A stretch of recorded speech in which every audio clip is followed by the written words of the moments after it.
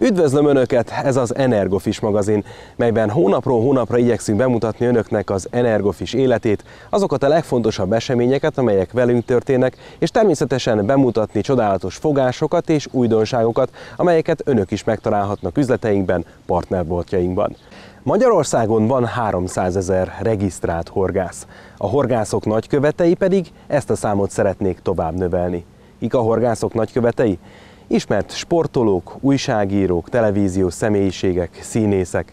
Ők találkoznak minden évben egy-egy verseny alkalmával, így volt ez idén is a Háziréti Horgásztavon. A horgászat nagyköveteinek találkozója kiemelt jelentőségű esemény. A finomszerelékes szakágak legjobbjai, a válogatottak tagjai és magyar bajnokok közösen horgásznak azokkal a tiszteletbeli nagykövetekkel, ismert közéleti személyek, sportolók és színészekkel, akik vállalták, hogy mindennapjainkban és munkájuk folyamán folyamatosan népszerűsítik a horgászatot. Nagyon speciális verseny a mai, a horgászati nagykövetek külön szektorba mérettetnek meg, és ez nagyon érdekes, mert a világbajnok sportolótól a Jászai Mari díjas színművészekig, vagy akár a köztársasági elnök úr személyéig nem minden nap vesznek részt nyilván versenysportban, versenyhorgászatban. Másik szektorba meg a valós horgászati világbajnokok, az élversenyzőink képviseltetik a versenysportot, illetve a horgász tisztségviselők, a meghívott vendégek egy harmadik, egy külön szektort alkotnak. Így ennél fogva nagyon színes a verseny, mert van, aki nagyon-nagyon profi, és van, aki meg nagyon-nagyon szeretne halat fogni.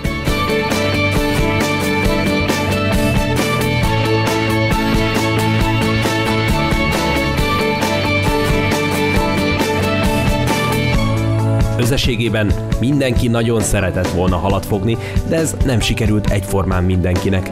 Viszont a Háziréti tó halállománya nagyon szép, erről árulkodtak a nagykövetek fogásai is. Házirétre nagyon szívesen jöttünk, és nem csak azért, mert közel van Budapesthez, hanem mert ez egy nagyon halas víz, elsősorban nagy pontjairól híres, bár ragadozóhalak is vannak benne szép számmal, és a ragadozóhalak tápláléka nagyon sok keszeg, kárászféle is, és ez jó alapot adott ahhoz, hogy az ilyen bőhalas vízen minden módszerrel, finom szerelékessel, épp úgy, mint akár a féderhorgászattal, de jó halakat lehet fogni. A halfogás ezúttal nem a profiknak, hanem a nagyköveteknek ment jobban. Ők a gáti oldalon horgáztak. Áder János köztársasági elnök, Trokán Péter színművész és Szűcs Lajos a Mohosz elnöke is a rakósbotos technikát választotta, ami ezúttal látványosan több halat és legfőképp pontyot eredményezett. Erdei Zsolt ökölvívó világbajnok és Straub Dezső színművész pedig a féder technika mellett tette a voksát.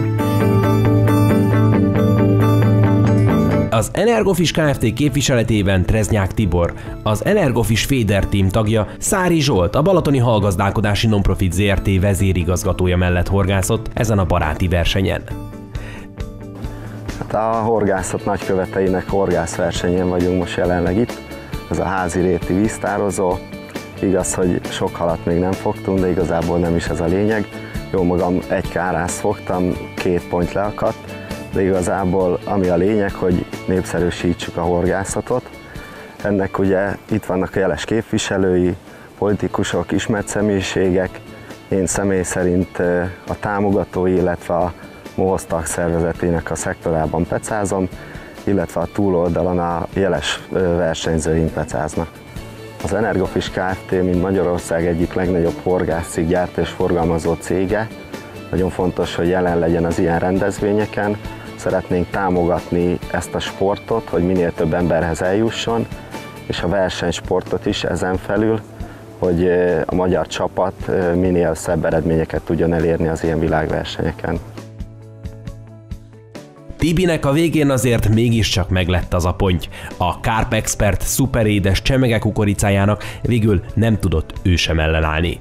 Jó kis fárasztás volt, már ezért megérte részt venni ezen a kiváló hangulatú versenyen.